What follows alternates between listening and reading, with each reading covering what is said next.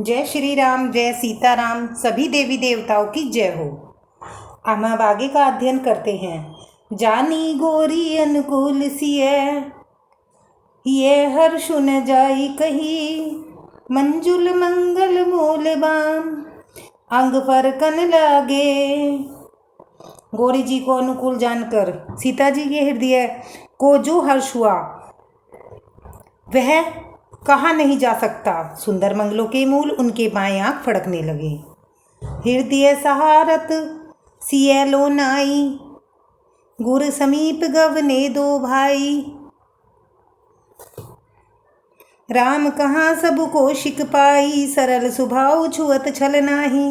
हृदय में सीता जी के सौंदर्य की सराहना करते हुए दोनों भाई गुरु जी के पास चले गए। सीता जी ने श्री रामचंद्र जी ने विश्वामित्र से सब कुछ कह दिया, क्योंकि उनका सरल स्वभाव है, छल तो छूती भी नहीं है।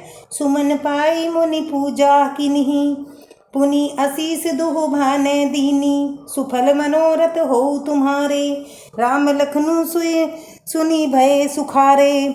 फूल पाकर मुनि ने पूजा की और दोनों भाइयों को आशीर्वाद दिया कि तुम्हारे मनोरथ सफल हो। यह सुनकर श्री राम लक्ष्मण सुखी हुए। करी भोजनु मुनि बर विज्ञानी, लगे कहन कछु कथा पुरानी। बिकत दिवसो गुरु आयुषु पाई, संध्या करन चले दो भाई। श्रेष्ठ विज्ञानी मुनि विश्वामित्र जी भोजन करके प्राचीन कथाएं कहने लगे। इतने में दिन बीत गया और गुरु की आज्ञा पाकर दोनों भाई संध्या करने चले। प्राची दिशि शशि उरऊ सुहा, सिय मुख सरिस देखी सुख पावा। बहुरी विचारू कि न मन माही, सिय बदन सम हिम कर नाही। उधर पूर्व दिशा में चंद्रमा उदय हुआ। श्री रामचंद्र जी ने उसे सीता के मुख के सामने देखकर सुख पाया। फिर मन में विचार किया, यह चंद्रमा सीता जी के मुख के समान नहीं है। जन्मु सिंधु पुनि बंधु, विषु दिन मलिन कलंक। सिय सुख समता पाओ, किमी चंदू बापूरो रंक। खारे समुद्र में तो इसका जन्म, फिर उसी समुद्र से उत्पन्न होने के कारण विषु इसका भाई, दिन में यह मलिन शोभाहीन निस्तेज रहता है और कलंकी काले दाग से युक्त है। बेचारा गरीब चंद्रमा सीता जी के मुख की बराबरी कैसे कर सकता है। घटई बढ़ाई बिरहनी सुखदाई दुखदाई, गिरसही रामु निज संधि पाई। कोक शोक प्रद पंकज द्रोही, अवगुण बहुत चंद्रमा तो ही। फिर यह घटता बढ़ता है और विरहनी स्त्रियों को दुख देने वाला है। राहु अपनी संधि में पाकर इसे ग्रास लेता है। चकवे को चकवी के वियोग का शोक देने वाला और कमल का वैरी उसे मुरझा देने वाला है। हे चंद्रमा, तुझ में बहुत से अवगुण हैं जो सीता जी में नहीं है। वेदई मुख पटतर दिन है, होई दोषु बड़ अनुचित कीन है। सिय मुख छवि विदु ब्याज बखानी, गुर पही चले निशा बड़ी जानी। अतः जानकी जी, श्री जानकी जी के मुख की तुझे उपमा देने का बड़ा अनुचित कर्म करने का दोष लगेगा। इस प्रकार चंद्रमा के बहाने सीता जी के मुख की छवि का वर्णन करके बड़ी रात हो गई जान वे गुरु जी के पास चले।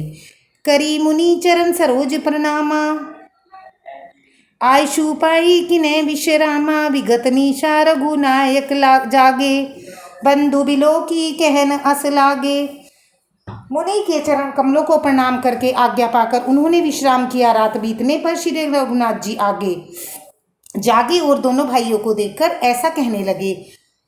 उयऊ अरुण अवलोकु ताता, पंकज को गलोक सुखदाता। बोले लखनऊ जोरे जुग पानी, प्रभु प्रभाऊ सूचक मृदुवाणी। हे तात देखो कमल चक्रवाक और समस्त संसार को सुख देने वाला अरुणोदय हुआ है। लक्ष्मण जी दोनों हाथ जोड़कर प्रभु के प्रभाव को सूचित करने वाली कोमल वाणी से बोले। अरुणोदय संकुचे कुमुद, उड़गन ज्योति मलिन।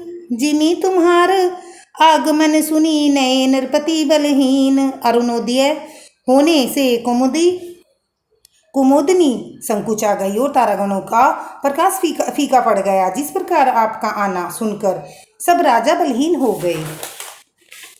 निरप सब नखत करी उजियारी, टारी न सकी चाप तम भारी। कमल कोक मधुकर खगनाना, हर से सकल निशा अवसाना। सब राजा रूपी तारे उजाला मंद प्रकाश करते हैं। वे धनुष रूपी महान अंधकार को हटा नहीं सकते। रात्रि का अंत होने से कमल, चकवे, भोरे और नाना प्रकार के पक्षी हर्षित हो रहे हैं। ऐसे ही प्रभु सब भगत तुम्हारी, होई होई टूटे धनुष सुखारे। उदयु भानु बिनु श्रम तमनाशा, दुरे नखत जगतेषु प्रकाशा। वैसे ही हे प्रभु, आपके सब भक्त धनुष टूटने पर सुखी होंगे। सूर्य उदय हुआ, बिना ही परिश्रम अंधकार नष्ट हो गया। तारे छिप गए, संसार में प्रकाश हो गया। रवि निज उदय भी आज रघुराया, प्रभु प्रतापु सब निरप दिखाया।